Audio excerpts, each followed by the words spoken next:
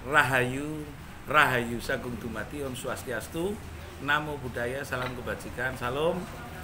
Assalamualaikum warahmatullahi wabarakatuh. Masih di Selo Aji, di tempatnya Jelogro Romo Ribut. Di tempat ini sambil menikmati suasana Majapahit, sedang rintik-rintik hujan. Saya juga aneh setiap datang ke sini membahas tentang Majapahit mesti gerimis dan mesti saya ditahan sampai malam. Untung saya bawa mobil. Pemirsa Cahaya Batin, gak apa-apa lah cuing-cuing suara kendang telinga. Hari ini saya ingin membahas tentang aksara to, tukul saka niat. Jadi dari ngoto ngeracut busana, tapi to tukul saka niat. Saya kepingin membahas tentang bagaimana niat dan motivasi Pak Ribut ketika sampai di umur yang luar biasa senior ini masih punya keterkaitan sifat untuk tetap menjaga marwah Majapahit di dalam melakukan upaya-upaya pelestarian, pengembangan, pemajuan, pemanfaatan di dalam spirit Undang-Undang Nomor 5 tahun 2017, yaitu Pak Ribut secara tidak langsung telah membantu pemerintah Republik Indonesia melalui Kementerian Kebudayaan di Jakarta, bahwa satu-satunya pematung atau jelogro yang tidak berubah dan mengubah sifat karakteristiknya adalah jelogro Romo Ribut di Trowulan, tukul saka niat. Nah, Pak Ribut, adakah tawaran-tawaran dari orang-orang untuk membuat karya patung dengan karakter klasik Majapahit, dirubah visualnya, disesuaikan dengan keinginannya atau apa? Pernah nggak seperti itu? Pernah, ada juga.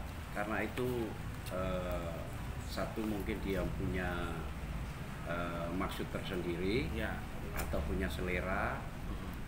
Ya, satu misal saya bikin untuk Parwati Oke. atau Bunda Maryam, pernah ya. Bunda Maria. Bunda Maria ya, itu justru biasanya kan wajahnya bule banget kalau Bunda Maria. Iya. Itu malah pernah bikin wajahnya cantiknya orang Indonesia. Oh. Saya tanya, kenapa begitu? Dia punya alasan seperti itu. Bunda Maria bisa di mana saja. Kalau kita di Indonesia, ambil yang cantiknya orang Indonesia. Sama satu misal Ken Dedes, ada yang minta agak digenduti sedikit biar agak segar nampaknya. Oh, gitu. Tapi tetap cantik. Karena waktu di foto, saya anggap itu aja foto kalau zaman sekarang. Itu kan posnya seperti itu. Mungkin waktu itu seksi banget. Karena perubahan umur bisa seperti itu. Dia punya pendapat seperti itu. Jadi merubah bentuk dalam rangka gestur itu membuat kepuasan bagi sang penikmat. Betul. Oke. Dan dia juga biar nggak sama dengan yang lainnya. Oh, ada ciri khas yang dibuat oleh Pak Ribut bahwa dia request itu bahwa sampean yang membuat dia punya rasa yang lain terhadap karya.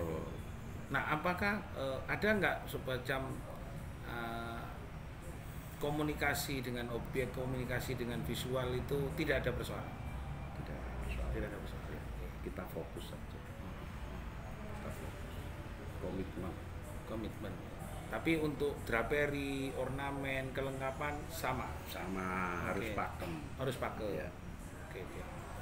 Di pemirsa, bahwa perubahan visual bentuk ukuran tapi tidak merubah ornamen, kelengkapan, di mana sosok sifat Parwati, sosok sifat dari objek yang dibuat oleh Pak Ribut tidak berubah. Jadi ini niat dari yang dilakukan oleh Jelogro Romo Ribut itu sendiri, tidak dalam rangka merubah sifat dari nilai yang ditawarkan. Inilah yang bedanya dengan karya-karya atau para perupa yang mungkin lepas dari konteks aliran yang saat ini kadang-kadang coba melepaskan dari konsep-konsep klasik, tapi pada tingkatan dasar pengetahuan terhadap karya klasiknya pun kadang-kadang gagal, sehingga dia membuat karya yang art brut, brutal art, outsider art, dadaisme dan macam-macam. Tapi Pak Ribut tetap karena dia ada marwah nilai yang ditawarkan, dia tidak akan pernah merubah hal tersebut. Pak Ribut, ada nggak gambaran dari alam visual yang tadi Pak Ribut mengatakan bahwa ono sakjane sih beberapa karya-karya leluhur itu karena badai, karena tsunami, karena perubahan iklim cuaca yang masih tersimpan. Pernah nggak muncul visual-visual yang unik dari selain dari objek-objek yang sudah diketahui? Pernah.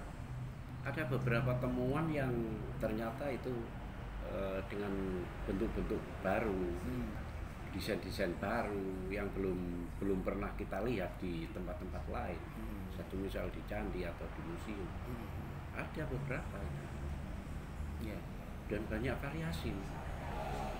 Satu misal itu yang temuan di Patirtan Sumber Beji, Sumber Beji ya. Jombang Ya. Itu garudanya kan beda, ada beberapa puluhan garuda tapi di situ kan beda. Semacam itu yang saya maksud.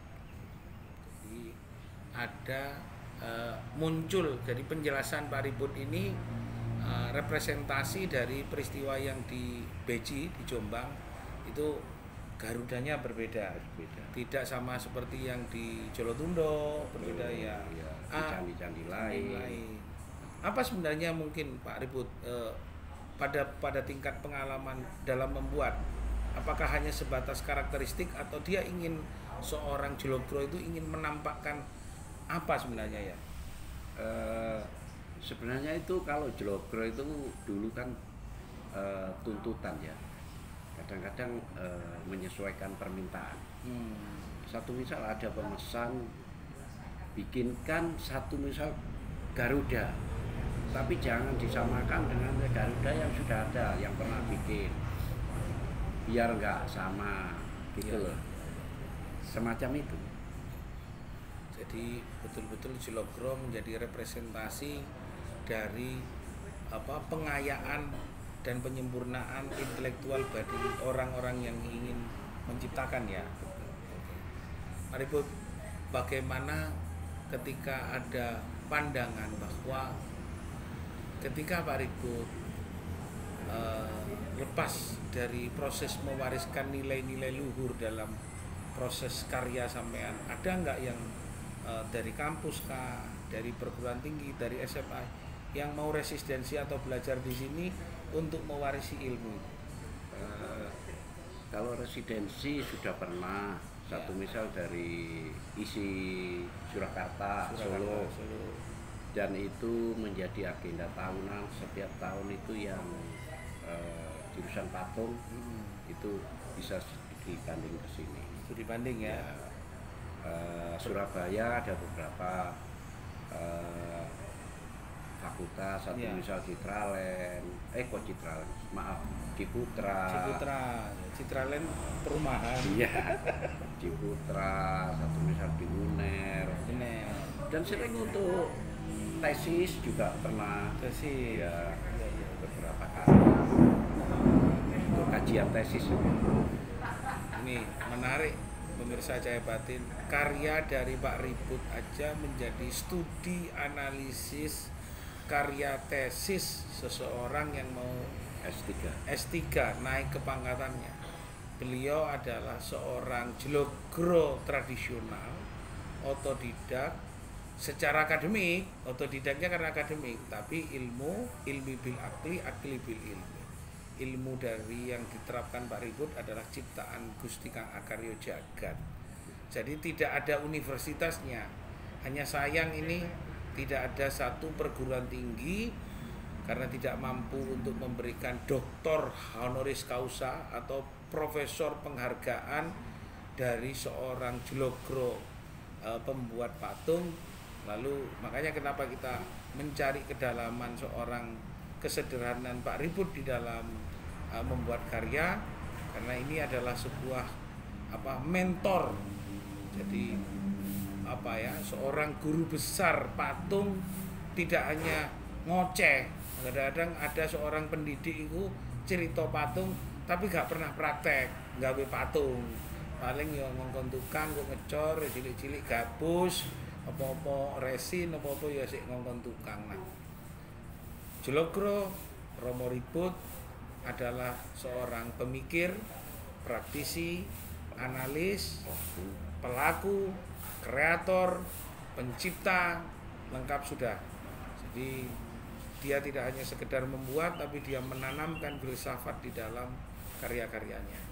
Tukul saka niat Pak Ribut adalah memberikan kekuatan pada nilai-nilai Majapahit untuk tidak hilang, tetap ada, mewakili di zaman ini, menjaga zaman ini agar kembali Majapahit menjadi gemah ripah loh jinawi toto tentrem Kertoraharjo, bangsa Nusantara Indonesia menjadi jaya sakti. Untuk sesi hari ini kita akan lanjut sesi berikutnya. Semoga ini bermanfaat. Terima kasih. Rahayu Sagung Dumadi. Om Swastiastu. Namo Buddhaya. Salam kebajikan. Salam. Assalamualaikum warahmatullahi wabarakatuh.